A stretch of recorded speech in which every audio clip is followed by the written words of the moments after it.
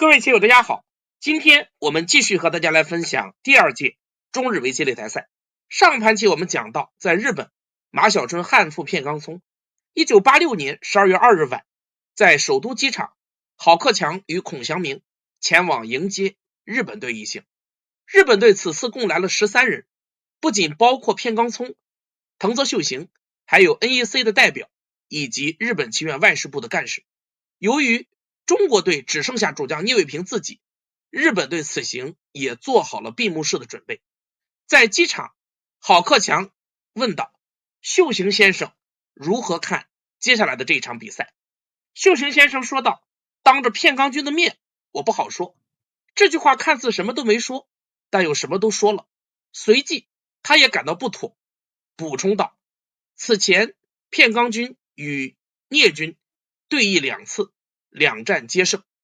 日本方面如此大的阵仗，加之终结擂台赛的诱惑，使得片冈聪的压力也大增。当晚欢迎晚宴尚未结束，片冈聪便提出要一副棋盘和妻子回房间研究对决。而第二天一早，他马上来到赛场，率先熟悉比赛的环境。同样有压力的还有他的对手聂卫平。聂卫平这段时间的状态并不好，在新体育杯当中输给了瑞乃伟9段，同时考虑到此前曾经连续2次输给片冈聪，赛前有人建议聂卫平好好做准备，然而聂卫平此时却展现出了大将的风度。在比赛的前几天，他不再摆棋，在家里除了陪儿子玩，还叫了队友一起来玩拱猪。有记者担心地问：对片冈聪你准备怎么对付？聂卫平回答道：片冈聪不像小林光一，小林光一很自信，开局总是走自己的一套小林流，片冈聪则善于根据形势制定自己的作战方针，因此很难有针对性的准备。当然我也设想了对策，但不知道对不对路。他诡秘的一笑，未露天机。1986年12月4日上午，裁判长华以刚宣布比赛正式开始。聂卫平立即拿起一颗黑子放到了右上角的星位，摄影的记者们请他重复一次，他表演了3次以后，笑嘻嘻地问记者：怎么样，行了吗？神情十分轻松。接下来片冈聪也占据星位，黑棋小目，白棋2连星。下一手黑棋挂过来，白棋选择了小飞手脚，而黑棋并没有选择当时流行的在下方拆构成小林流的布局。下一手黑棋先在脚步飞，试探白棋，白棋没有应对，非常积极的在右下抢先挂角，不给黑棋在下方拆构成阵势的机会。黑棋依旧在上方2箭高加，这一带双方勾心斗角，黑棋希望白棋在此跳出，黑棋顺势一跳，这样白棋如果再跳，黑棋尖完之后在边上拆，还原成了小林流里面的经典变化。这个图白棋中计，黑棋2箭高架的子位置恰到好处，但白棋也不肯下成这个图。下一手白棋加快速度在此拆2，而黑棋则反其道而行之，以慢打快。下一手选择了稳健的拆1，随时瞄着在此靠断白棋的反击手段。白棋下一手棋在此小尖，是片冈聪扎实棋风的体现。黑棋接下来在此飞棋，这手棋也是为了策应右下一带可能爆发的战斗。现在黑棋在右边拆也是眼见的好点，但黑棋担心的是白棋在此尖冲，黑棋冲，白棋扳住，黑棋拐白棋在长，这样一来整体下方处于低位，黑棋被封锁，而白棋的外势广阔，黑棋并不满意。考虑到右上是黑棋的星位，这带的夹击并不严厉，实战当中黑棋飞在此处，白棋自然加攻过来，黑棋沉稳跳出，白棋再尖，防止黑棋在此跨断的手段。黑棋粘住不棋，白棋接下来在右上挂角安定自身，黑棋尖，白棋长，黑棋跳。现在白棋并没有马上对这2颗黑子发动进攻，因为白棋自身也不够厚。下一手棋体现了片冈聪的风格，白棋回到了左上小飞手脚，片冈聪此时已经察觉到黑棋似乎有意在捞取实地，这手棋是为了维持实地的均衡。黑棋接下来在左边分头，但这手棋却是聂卫平局后反思的一手。他坦言道，当时对于这个左边的形状研究的还不够透彻。这手棋走完之后，被白棋在下方一拆的时候，黑棋突然意识到不对了，因为原本对于左下这个形状而言，这步拆二就是绝好点，而现在白棋拆到之后，下方一带黑棋的这步飞失去了作用，因为尖三三不再严厉，那么之前的这手棋就变成了还手。黑棋现在如果继续去拆二的话，白棋再次飞下，黑棋挡，白棋长，黑棋跳起，白棋得到先手，从上方一带逼住。这个结果白棋非常积极，而角上的黑棋还需要处理，或者白棋在中央一带补强自身，既瞄着对于这两颗黑子的进攻，同时也瞄着上方的封锁，也是黑棋不满意的结局。所以实战当中，黑棋紧急刹车，下一手棋在右上角搬了过来，白棋挡住，黑棋粘。此时是上午的11点05分，开赛已经1个小时。黑棋没有在左边拆，而是在右上又捞了一笔，似乎出乎了片冈聪的预料。他此时节奏也慢下来，开始长考。14分钟之后，白棋下出了让所有人都没有想到的一手棋，而华以刚拿到棋谱之后，跑到观战室当中，向众人提出了有奖竞猜，询问白棋下一手有可能下在哪。马小春和杨辉认为白棋有可能在这一带尖冲，构筑宇宙流，对这两颗子伺机发动反击。而曹大元则认为白棋可以先在右下尖，黑棋挡住，白棋搬，黑棋搬，白棋虎。接下来黑棋打的时候，白棋在这一带先手变强，下一手棋再回到左边逼住这颗子。这个图是 AI 的一选。其他的一些棋手则认为白棋有可能在这一带补强自身，保持对黑棋的压力，同时瞄着上方封锁。结果华以刚哈哈大笑，随即拿起白子拍到了棋盘上的小飞。这手棋也是典型的日本围棋的风格，在中央补一手，将右下的白棋走唱，同时瞄着伺机对黑棋发动反击。华以刚开玩笑，这手棋粗看之下像是还手，仔细看来更像。这招走完之后，对黑棋的压力并不大，下一手棋黑棋沉稳的在中央补了一手，反而瞄着对于右上白棋的反击。白棋出头，接下来黑棋在左边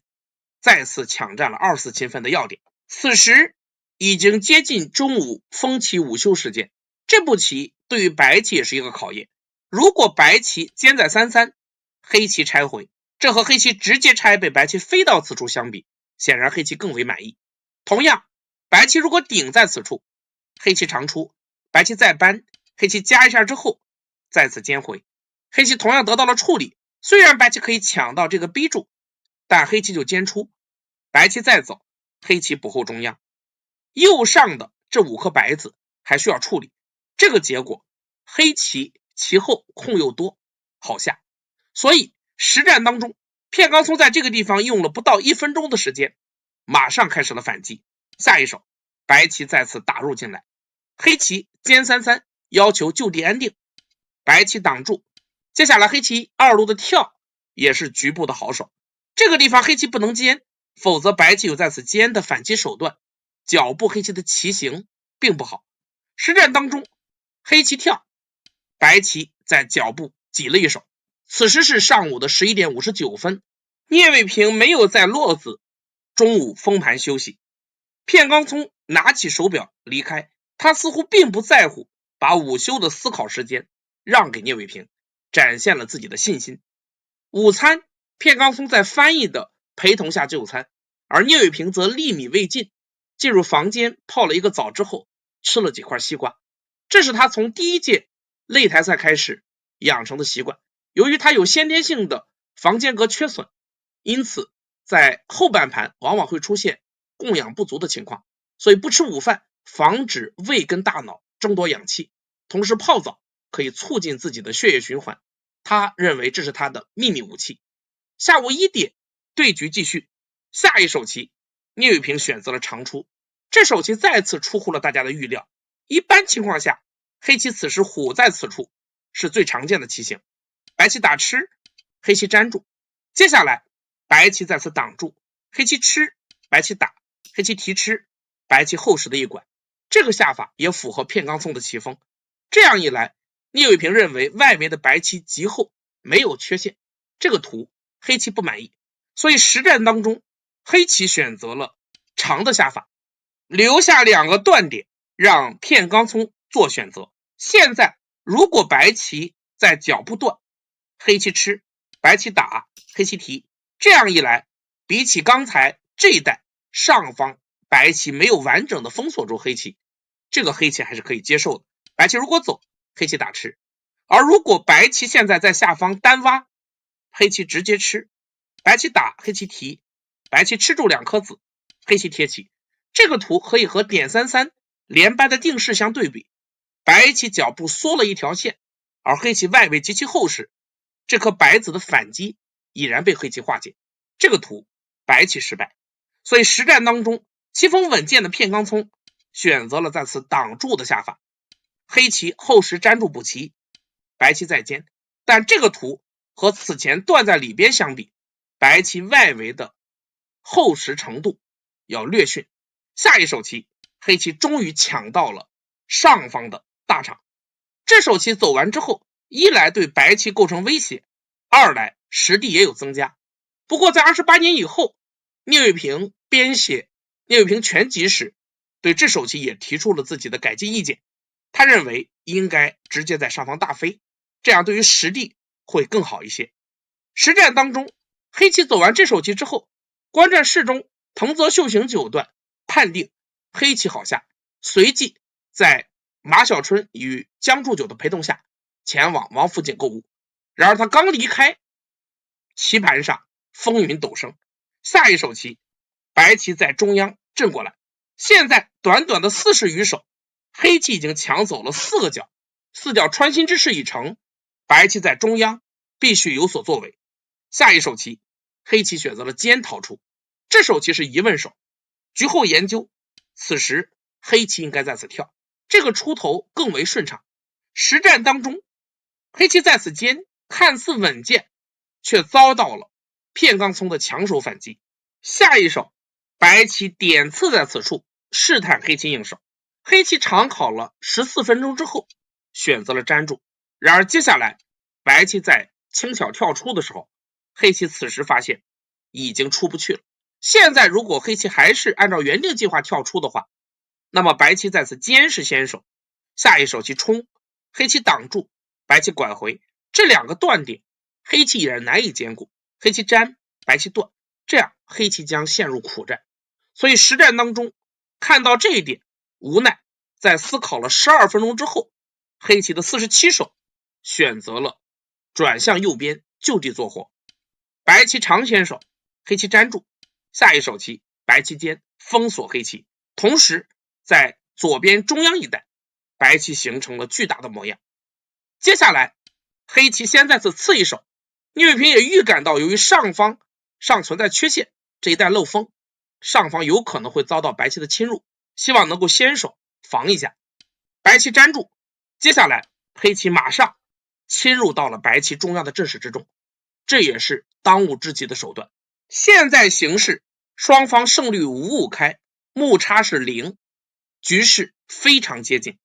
下一手棋白棋直接点到了上方，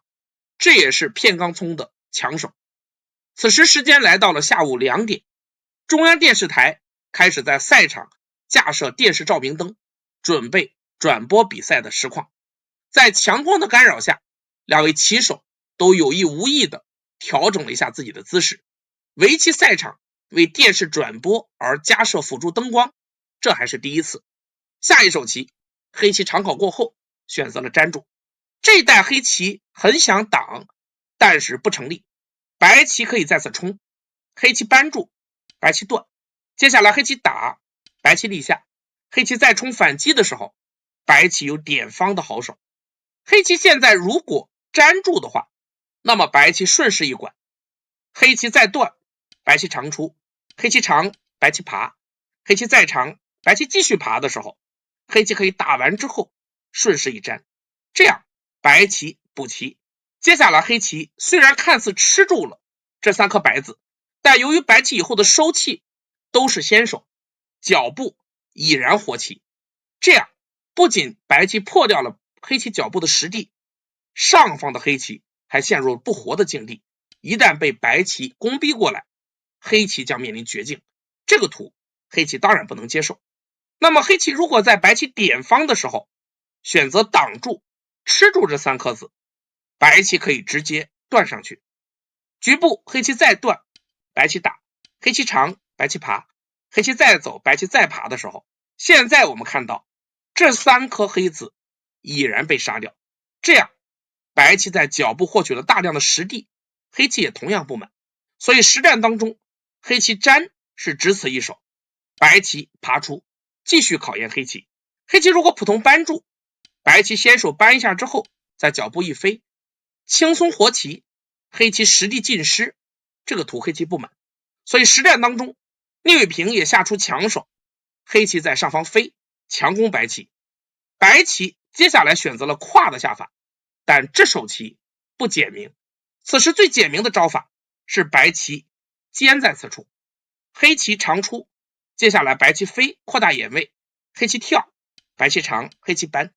这是常见定型。此手走完之后，白棋团先手，黑棋挡住，白棋冲，黑棋挡，接下来这是脚步的经典死活长形，白棋在一路一尖，局部将形成双活，黑棋点，白棋立，以下黑棋长，白棋粘住，黑棋再弯，白棋挤进去，这样形成黑棋的先手双活。但不管怎样，白棋成功的破掉了黑棋脚步和边上的实地，这个图白棋还是可以满意的。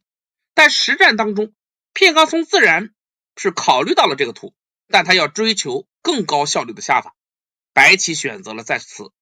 跨出反击的手段。现在时间是下午2点半，聂卫平开始了第一次西洋，同时王汝南与杨辉也开始了大盘的讲解。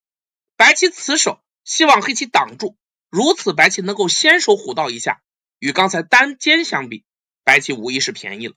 但黑棋自然也不肯让白棋如愿。下一手黑棋长进去反击，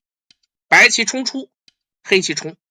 白棋冲，接下来黑棋爬，白棋长，双方再次形成转换，黑棋吃住2颗子，而白棋的外围再一次加厚。下一手棋黑棋再次压，继续压制白棋的阵势，白棋扳，黑棋长，白棋粘住，现在形势非常接近，胜率依旧是5-5开，但聂卫平九段下一手随手的一步棋差一点断送了本局。黑棋下一手在上方爬了一步，期待着白棋应，黑棋得到先手再回到中央补棋，但这个显然有一些一厢情愿。此时黑棋应该在中央补，简明的可以跳在此处， AI 的一选是可以考虑在这一带小飞或者大飞也可以，总之中央补棋很有价值，一来补强自身，二来也限制白棋的模样。实战当中黑棋先爬一手，机敏的片冈聪抓住机会在中央直接震了过来，这手棋走完之后，聂卫平脸色大变，现在黑棋这一带已经不好处理，如果黑棋跟着应一手，那么白棋的这一手无疑已经先手便宜，下一手棋白棋可以回到右边跳，继续搜刮黑棋，同时瞄着在右下角一带的先手官子，这样的结果白棋将逐渐的取得优势。但聂卫平此时也展现出了大胜负师的风采，面对自己的失误，他及时的冷静进行了调整。长考过后，下一手棋黑棋选择了在右边扳，继续捞空，白棋扳住，黑棋立下，中央这一带让白棋来先动手，白棋下一手棋在此靠，但这手棋同样又是还手，这一带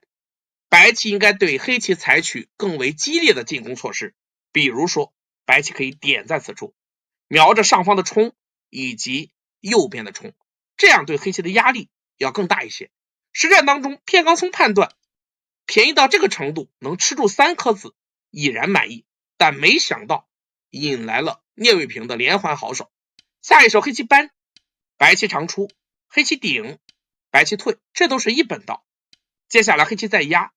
白棋长在此处，吃住3颗黑子。下一手黑棋在上方扳，这是当初爬留下的后续手段。聂卫平判断在右边捞了一笔，加上上方能够扳掉，这一带即使让白棋吃住3颗子，这个棋也还可以下，因为黑棋还有后续手段。下一手白棋扳，黑棋断是弃子的好手，白棋吃住，黑棋再打，白棋长出，黑棋接下来虎住，黑棋不遗余力的向白棋空中进军，白棋拐住，黑棋再扳，白棋下一手在脚步挡，这是先手，二路夹可以杀掉黑棋，黑棋补活，白棋再扳住，看似中央的战斗暂时告一段落，但好戏才刚刚开始。下一手聂卫平选择了冲完之后再次跳一手，此手明修栈道，暗度陈仓，看起来对于下方的白棋构成了威胁，白棋自然也不肯单关再次连回。那么白棋要想活棋寻找眼位，无疑是2个方向，一个是下方，一个是右下。片冈聪实战选择了在下方飞，然而这手棋的方向出现了严重的问题，此时 AI 已经迫不及待的提示双方应该在右下一带进行争夺，得右下者得天下。白棋在下方走实际上价值并不大，黑棋此时已然判断清楚，下一手黑棋先在此尖，白棋长出，接下来黑棋在此冲，试探白棋，白棋如果挡住，黑棋马上在此拖，白棋扳，黑棋立下，白棋团，黑棋挡，这个断异常严厉，白棋在此补，黑棋跳过，这样一来，黑棋右下角与右边成屋会师，实力大增，而白棋这一带所得有限，这个图白棋当然是不能够满意的。所以实战当中，片冈松为了防止黑棋在此拖，他选择了虎的下法，但这个下法黑棋接下来冲先手，白棋挡住，下一手棋黑棋先从右边飞了过来，这手走完之后，白棋再挡住的时候，黑棋挤成为先手，白棋再粘，黑棋跳，终于是抢到了右下的大场。黑棋不仅实力增加，而且对于这块白棋的压力也大增。现在白棋整体不活，实战当中白棋在此先扳一手，防止黑棋在二路扳过，接下来白棋跳下增加眼位，而黑棋沉稳的坚住，这一带的交换黑棋便宜了。下一手棋白棋回到中央补住断点增加眼位，而黑棋下出了制胜的妙手，这也是当初黑棋跳在此处已经预谋好的手段。下一招黑棋直接点了进去，这手棋一看就像好棋，左右逢源。现在如果白棋挡住，黑棋跳回，这个结果白棋空中被破，黑棋满意，而如果白棋在下方一带阻渡，黑棋直接就和右边联络了。白棋最强应对是单并在此处，意图强行分断黑棋，但黑棋冲，白棋挖，黑棋打，白棋粘，这都是一本道。接下来黑棋的断是先手，白棋补棋，黑棋扳，白棋再扳，黑棋打完之后再次一打，整体的黑棋还是全部逃了出去，这一带白棋竟然无法用强。实战当中白棋只好忍让，下一手棋白棋选择了尖在左边，黑棋顺利拉回。看到这手棋，观战室当中一直揪着心的孔祥明握了一下拳头，终于是松了一口气。此时是下午4点45分，聂卫平开始第2次西洋。下一手白棋尖到了3-3，这一带白棋挡住价值也极大，但是黑棋尖在左下角的3-3同样也是不相上下的大官子，这样的话白棋并不满意，中央这一带被黑棋先手便宜了，所以实战当中干脆片冈松直接在左下抢占3-3要点，而黑棋则在中央冲了过去，这一带的交锋展现了聂卫平强大的直线算路。此时白棋竟然已经挡不住了，现在如果白棋挡，黑棋再扳，白棋断的时候，黑棋在这一带打吃先手，尖先手，白棋再长出，接下来黑棋再次断，白棋吃，下一手棋黑棋再次跨出。这一带由于白棋自身气紧，现在如果白棋直接缩回去，那么黑棋断，白棋收气，黑棋打先手，接下来打吃完之后，这一带黑棋变强，虽然看似黑棋几颗子被白棋吃住，但黑棋准备了强杀下方白棋大龙的手段。这手棋走完之后，整条白棋的大龙已然阵亡，这个图白棋不行。那么如果此时白棋反抗，再次冲，黑棋断，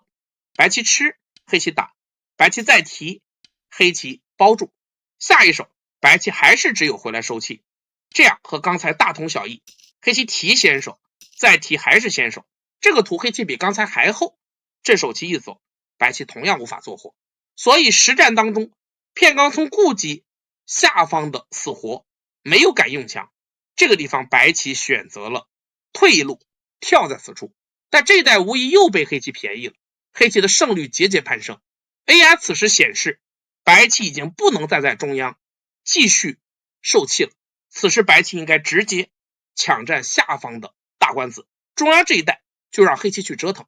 实战当中白棋一直在中央处处退让，黑棋得理不饶人，下一手棋还继续顶了进去，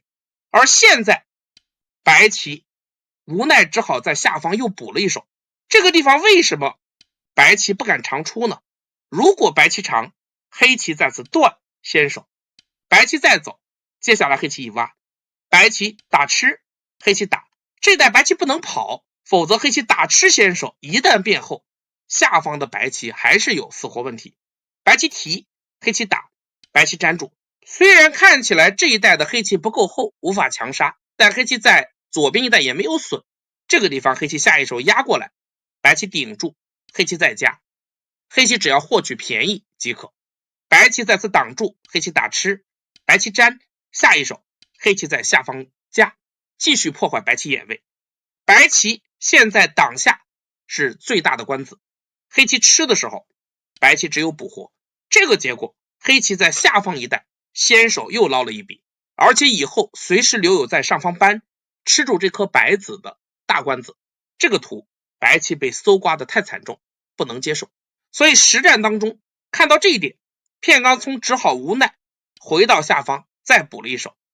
黑棋如愿的搬了进去。白棋现在不能断，否则黑棋打吃先手之后连续打吃，下一手打先手，直接将这颗白子吃住，这一带黑棋就突围了。实战当中白棋下一手继续忍耐，而黑棋终于抢到了左下爬的大官子，这手棋走完之后，黑棋的胜率已攀升至 80%， 此后黑棋的胜率就没有再低过这个数字。下一手棋白棋再次尖，片冈聪意识到形势不利，在右边开始用强，但为时已晚，黑棋打吃，白棋做劫，黑棋直接提劫，接下来白棋搬找劫，黑棋补住断点，白棋提回，黑棋退让粘住，接下来白棋再从一路搬的时候，黑棋继续忍耐，聂卫平此时已经判断清楚形势，下一手白棋在上方团了一手，这手棋暗藏玄机，这一带如果黑棋没有察觉继续脱先行棋的话，白棋有点进来的强手。现在如果黑棋粘住，那么白棋断，黑棋粘，白棋长，由于黑棋气紧，这一带只有打这个劫，那么这个劫不仅关系到这几颗黑子的死活，更重要的是关系到整条黑棋大龙的眼位，这样黑棋危险。或者如果黑棋虎在此处补断，白棋还有一路搬的手段，同样在空中也就出棋了。但实战聂卫平明察秋毫，下一手棋黑棋先提劫，这个劫提回来对黑棋来讲价值也极大，白棋继续找劫，黑棋虎住，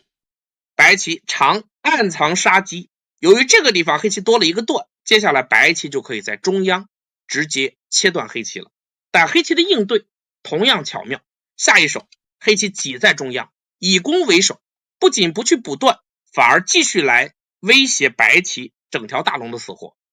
白棋打吃，黑棋顺势长出。接下来白棋再打，黑棋一粘，白棋挡住，大龙的眼位得到了确保，但黑棋这一带也变强。下一手棋，黑棋竟然继续压了进去，丝毫不畏惧白棋的切断，因为黑棋还有第二条逃生路线。现在如果白棋断的话，黑棋断先手，这3颗子是棋筋，不能弃，那么白棋再走，黑棋一扳，白棋反而被吃住了。无奈实战当中，白棋只好回来补助断点，黑棋在上方打吃先手，白棋粘住，下一手棋黑棋补助断。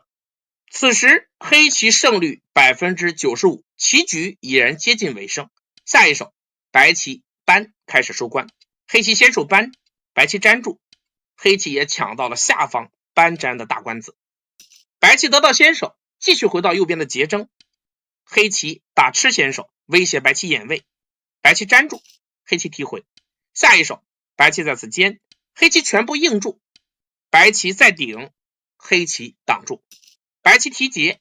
黑棋接下来在一路扳寻求弃子，但片冈聪在这个地方也错过了机会。实战当中，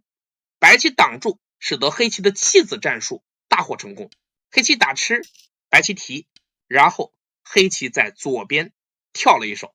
其实此时白棋有拼命的机会，在黑棋扳的时候，白棋应该在此断一下之后加过来，这样黑棋如果在一路度过，白棋断打先手，接下来长出，这一带一将形成结争，这样白棋还有机会。虽然打劫黑棋并不怕，但只要有劫在，棋盘就充满了变数。而如果在白棋加的时候，黑棋粘住，白棋还可以长出，一来瞄着一路的度过，而黑棋如果阻渡，白棋一长，同样形成一个结争，这样的话白棋也还有一搏之力。但实战当中，片冈聪错失了这一机会，黑棋挡住之后，白棋提，接下来黑棋尖在此处，一向沉着的片冈聪口中也不觉轻轻的念叨起来，不好呀，不好呀，奇怪了，奇怪了，等等。接下来白棋在左边扳住，黑棋继续提劫，白棋断，黑棋粘，白棋再从上方点入的时候，黑棋沉稳粘住，白棋退回，黑棋粘，白棋再跳点威胁这一带挖断的时候，黑棋也下出了好手。此时黑棋先冲是好次序，白棋只有粘住，如果现在白棋挡在此处的话，那么这一带白棋挖断的攻势已被防住，这样以后如果白棋再去挤的时候，黑棋可以在此先护。现在由于这个断点的存在，白棋无法反击，所以实战当中白棋粘在此处威胁挖断，黑棋跳点先手，然后护，防住缺陷。下一手白棋粘回这颗子，黑棋粘住，白棋打吃，黑棋粘，白棋在上方虎也是有苦难言。白棋在虎之前很想在此先手挤到一下，但可惜现在白棋去走，黑棋直接断吃即可。这块黑棋有充足的两只眼的眼位，白棋无法强杀，所以实战当中白棋吃，黑棋机敏的团一下，白棋再退的时候，下一手棋黑棋继续回到结争，白棋断，黑棋打，白棋提回，黑棋在中央冲先手，白棋粘，黑棋再提，白棋打吃，黑棋提掉，白棋再提回，黑棋接下来双在此处，继续威胁整条大龙的死活。这条白棋的大龙被搜刮的可谓是惨不忍睹。下一手白棋冲，黑棋粘住，白棋只好补活，黑棋继续提劫，白棋接下来点在右上角做最后一搏，但聂卫平已然算清了这一带的变化。下一手棋黑棋顶在了此处，寸土不让。此时是下午6点钟，比赛已经进行了7个小时，而这个时候最着急的不是片冈聪，反而是中央电视台管灯光的同志。安在对局室的灯泡按常规只能使用3个小时，现在已经用了4个多小时，要是炸了怎么办？不仅影响到全国的电视观众，而且还涉及到外事问题，这是重大事故。所以他们一直在祈祷对局赶快结束。在这样的环境当中，下一手棋白棋提劫，黑棋冲，白棋挡住，黑棋提回，白棋在脚步出动，黑棋在上方收气。接下来白棋提回，黑棋破眼先手，白棋做眼，黑棋提。下一手棋白棋在此挡住的时候，黑棋的家是一锤定音的好手。现在如果白棋立下，黑棋长，白棋粘住，黑棋在此一挡，这个局部白棋无法做活。白棋如果收气，黑棋跟着收气即可。这个地方我们看到只是一个直三，而黑棋的气足够长，所以实战当中，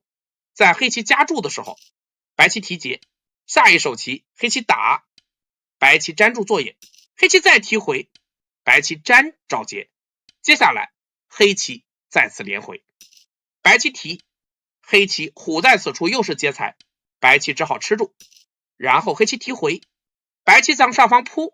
黑棋提，白棋提回，棋局进入了最后的阶段。下一招黑棋断在此处，威胁白棋断点，白棋粘住，黑棋提回，白棋从上方挡，黑棋直接点进来破野，不给白棋做劫的机会。下一手白棋再提回的时候，黑棋连回了这颗子，接下来白棋挡住，黑棋提劫，白棋再挤，黑棋粘，白棋提回，黑棋双在此处。现在形势黑棋盘面15目左右，实际上这个劫争对胜负的关系已然不大。下一手棋白棋顶在此处，黑棋提回，白棋再挡，黑棋连回的时候，眼看差距无法挽回，片冈聪也不再坚持，抓了几颗棋子放在棋盘上，示意认输。此时时间定格在6点55分，经过8个小时的激战，聂卫平终于拿下了本局，而中央电视台那只极具爱国主义情怀的灯泡也成功的坚持到了最后，没有爆炸。片冈聪投子认输时神情显得沉重，但复盘研究了一会儿，脸上便露出了微笑，而且和聂卫平探讨得很认真。由于胜利后的兴奋，聂卫平显得神采奕奕，但当步出体育馆大门回家时，他已步履缓慢，十分疲惫了。1个月之后，他将飞赴日本，接受山城红的挑战。我们下盘棋再和大家分享。今天的讲解就到这里，感谢大家关注，我们下个视频再见。